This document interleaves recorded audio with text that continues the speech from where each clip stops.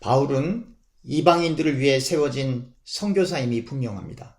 그래서 우리가 로마서를 읽을 때 바울의 관점을 간파하는 것이 대단히 중요합니다.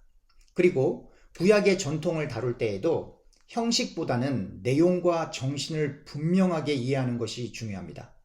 왜냐하면 우리 역시 유대인이 아니라 이방인이지만 예수님의 보혈을 통해 하나님의 자녀가 되었기 때문입니다. 또한 예수님을 믿고 하나님의 자녀가 된 사람들은 더 이상 유대의 제의적, 율법적 지시를 표면적으로 따르지 않기 때문입니다. 그래서 우리 기독교인들은 의무적으로 할례를 하지 않습니다. 소제, 전제, 번제, 화목제, 속건제, 속죄제 등과 같은 제의 활동을 지키지 않고 유월절, 칠칠절, 초막절과 같은 유대 전통도 지키지 않습니다. 그 이유는 예수님께서 우리를 위해 십자가에서 단번에 모든 율법의 요구를 완성하셨기 때문입니다. 다시 말하면 예수님께서 제물, 즉 세상 죄를 지고 가시는 하나님의 어린 양이 되셔서 우리의 모든 죄를 십자가상에서 예수님의 피로 지불하셨기 때문에 우리가 율법의 형식에 매여 하나님을 예배하지 않는 것입니다. 구약에 나타나는 제의적 율법을 그대로 준행하지 않는데 예수님의 부활 이후에 성경에 기록되어 있지도 않은 절기들과 교회사 속에서 초대교회 교인들은 단 한 번도 행하지 않았던 기독교 절기들을 지키는 데 기독교인들이 주력한다면 과연 바른 일일까요?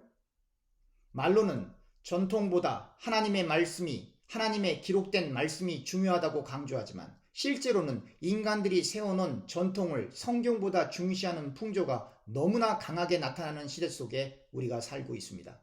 이것은 개혁주의의 전통이 아닙니다. 개혁주의의 근간을 이루는 장로교 전통도 아닙니다. 개혁주의 장로교 전통은 교회는 성경에 기초하여 날마다 개혁한다입니다. 이 말은 성경 이외에 그 어떠한 전통, 절기, 심지어 목사라 할지라도 그 사람에게 성경보다 더 큰 어떠한 권위도 주지 않겠다는 것입니다.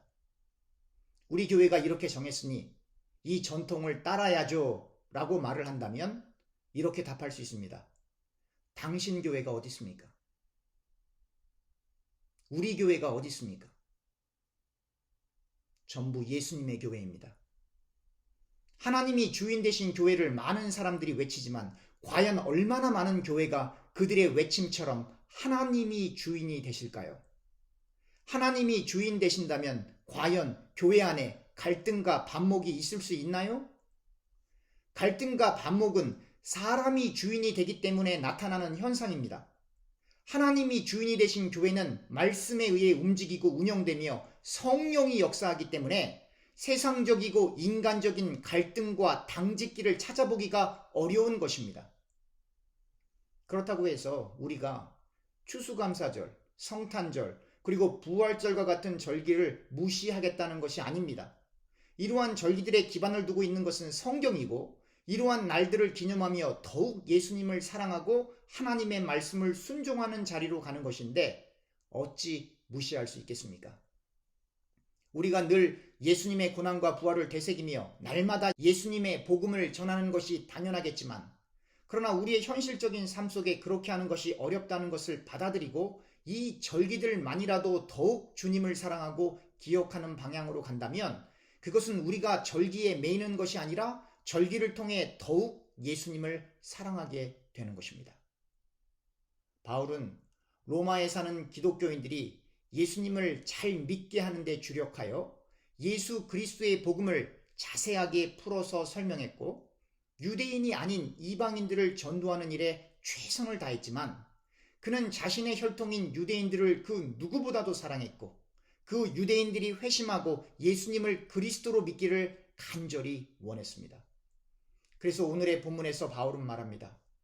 하나님이 자기 백성을 절대로 버리시지 않았습니다.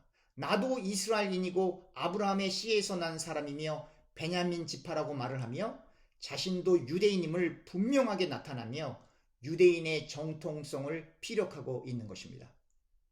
바울이 선교사로 이방인들을 위해 최선을 다해 복음을 전하고 있지만 자신의 민족 유대인들에 대한 안타까움과 사랑이 확연하게 나타나고 있습니다. 바울은 바울 자신도 육신적으로는 유대 민족에서 나왔기에 자신의 민족 유대인들도 예수님을 믿어야 하는데 라고 하는 자신의 민족에 대한 사랑과 복음에 대한 열정이 바울로 하여금 오늘의 본문을 쓰게 했던 것입니다. 아합과 이세벨이 바알과 아세라 묵상을 섬길 때 엘리야는 외로이 하나님을 섬겼습니다. 아합과 이세벨이 통치하던 시대에 이방신들을 섬겼지만 정치적으로, 경제적으로, 사회적으로, 군사적으로 어려움이 없었습니다. 그래서 하나님을 섬기는 유대인들이라 할지라도 먹고 사는 문제가 해결이 되자 하나님을 섬기는 대신 아합과 이세벨이 섬기는 바알과 아세라를 섬겼던 것입니다. 이에 더해 아합과 이세벨은 하나님의 선지자들을 죽였고 하나님을 예배하기 위해 설치된 제단을 헐어버렸으며 하나님의 사람 엘리야를 죽이기 위해 혈안이 되어 있었습니다. 엘리야는 이러한 시대적 흐름에 동조할 수가 없었고 아합과 이세벨의 박해로 인해 하나님만을 의지하며 도망을 해야 했습니다. 엘리야는 바알의 선지자들과 갈멜산에서 누구의 신이 진짜인지 대결을 했고 여호와의 불이 번제물과 나무와 돌과 흙을 태우고 또 도랑의 물을 핥는 놀라운 역사를 목도했고 바알과 아세라의 선지자 총 850명을 붙잡아 기손 시내에서 죽이기까지 했습니다. 그러나 이세벨의 위협으로 인해 엘리야는 도망을 가야 했고 로뎀나무 아래에서 하나님께 여호와여 넉넉하오니 지금 내 생명을 거두시옵소서 나는 내 조상들보다 낫지 못하니이다 라고 말하며 잠들었을 때 하나님의 천사가 엘리야를 어루만지며 그에게 숯불에 구운 떡과 한 병의 물을 먹고 마시게 했고 엘리야는 이 음식물에 힘을 입어 하나님의 산 호렙에 40주 40야를 걸려 도달하였습니다. 우리가 생각할 때 바알신을 섬기는 선지자들과 대결을 하여 큰 승리를 거두었으면 이제는 편안하게 하나님을 섬길 수 있을 것 같은데 엘리야는 도망자 신세가 되었고 하나님 앞에서 자신의 목숨을 거두어 달라고 말하는 너무나 연약한 모습이 있는 그대로 나타나고 있는 것입니다. 그런데 바로 이 엘리야의 모습이 오늘날의 우리의 기독교인들의 모습이어야만 합니다.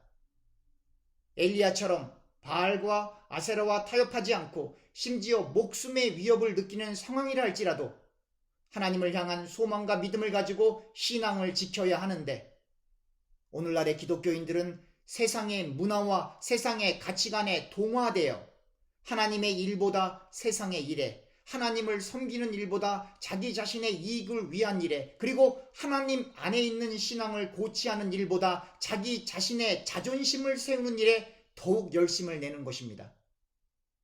내가 없으면 교회가 안 돼 라고 생각하는 교만한 마음을 버리지 않으면 하나님이 그 사람을 버리실 것입니다. 하나님의 사람은 절대로 교만할 수 없습니다. 하나님의 사람은 내가 없으면 안 된다라는 생각조차도 할 수 없습니다. 하나님의 교회는 하나님이 이끌어 가십니다. 그리고 하나님의 사람은 마땅히 이렇게 고백합니다. 하나님, 나 같은 거 써 주시는 것만도 감사합니다. 하나님, 나 같은 거 써 주시는 것만도 감사합니다. 이것이 바로 하나님을 만난 하나님의 사람만이 할 수 있는 진실된 고백입니다. 교회에서 하나님의 일을 하는 것을 우선이라고 강조하면서 하나님의 일과 세상의 일을 혼합시켜 자기 자신이 하고 있는 나의 이익을 위한 일도 하나님의 일이라고 합리화하여 아무런 죄책감 없이 하나님의 일을 뒤로 하는 경우가 많이 있습니다. 그러니 기독교인들이 하나님을 경외하지 않는 것입니다. 하나님의 말씀을 업신여기는 것입니다. 하나님의 말씀에 기초를 두고 하나님의 말씀 안에서 인생을 사는 사람들이 하나님의 사람들인데 하나님의 사람들이라 주장하는 이들이 하나님의 말씀을 따르지 않고 자신의 생각, 자신의 경험, 자신의 방법을 의존하여 일을 하면서 하나님의 영광을 운운하니 오늘날의 기독교가 급속도로 타락하게 되는 것입니다.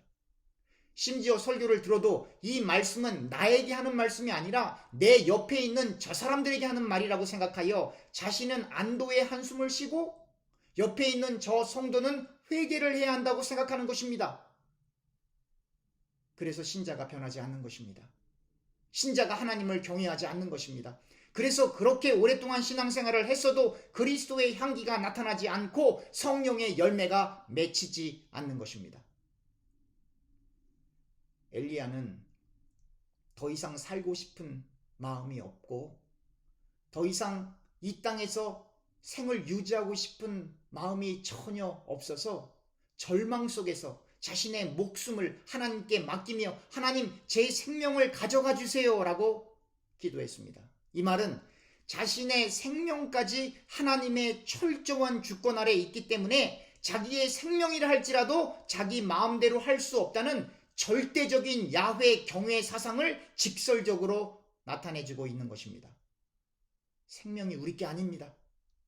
우리의 인생이 우리 게 아닙니다.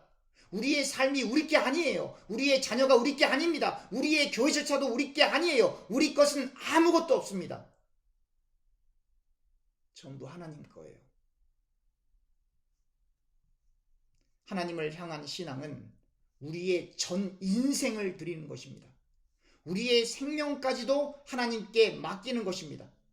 하나님을 섬기는 일에 감히 자신의 자존심 따위가 상했다고 교회를 욕할 수 있습니까? 하나님을 섬기는 일에 감히 자신의 감정 따위가 상했다고 하나님의 사람들, 즉 성도들을, 교우들을 욕할 수 있겠습니까? 정말로 하나님이 무섭지 않습니까?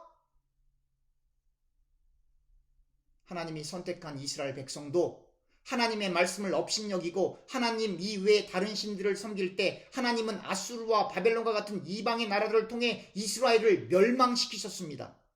하나님이 천국도 만드셨지만 지옥도 만드신 분이라는 사실을 잊으셨습니까? 하나님은 호렙산에서 엘리야에게 말씀해 주십니다. 열왕기상 19장 18절입니다. 그러나 내가 이스라엘 가운데 7,000명을 남기리니 다 바알에게 무릎을 꿇지 아니하고 다 바알에게 입맞추지 아니한 자니라. 바울은 이 열왕기상의 본문을 완전히 이해한 상태에서 이렇게 말합니다. 이와 같이 지금도 은혜로 택하심을 따라 남은 자가 있다고 말입니다. 바로 이 세상의 풍조에 물들지 않고 이방 잡신들을 섬기지 않는 하나님을 향한 순전한 신앙을 지켜내는 남은 자들이 있다는 것입니다. 하나님의 사람들은 하나님의 은혜로 인해 하나님의 말씀을 통해 하나님이 주시는 은혜를 힘입어 천국을 소망하며 이 세상을 살아갑니다. 오직 하나님의 은혜만을 의지하며 값없이 베풀어 주신 하나님의 은혜에 감사하여 자신들의 현실과 상관없이 자신들의 현실이 행복하던 불행하던 잘되던 잘되지 않던 자기가 하는 일이 성공하던 그렇지 않던 그러한 현실과 상관없이 하나님을 경외하고 하나님을 예배하는 것입니다. 저와 교우님들이 바로 이러한 하나님의 사람들로 부름을 받았습니다. 하나님의 은혜가 우리 가운데 있으니 우리가 하나님을 경외하여 우리의 전 인생과 생명까지 하나님께 의탁하여 이 세상에서 나그네로 예수님의 제자로 예수님의 군사로 하나님의 영광을 위해 살다가 하나님의 거룩한 품에 안길 수 있기를 간절히 또 간절히 소원합니다. 기도합시다.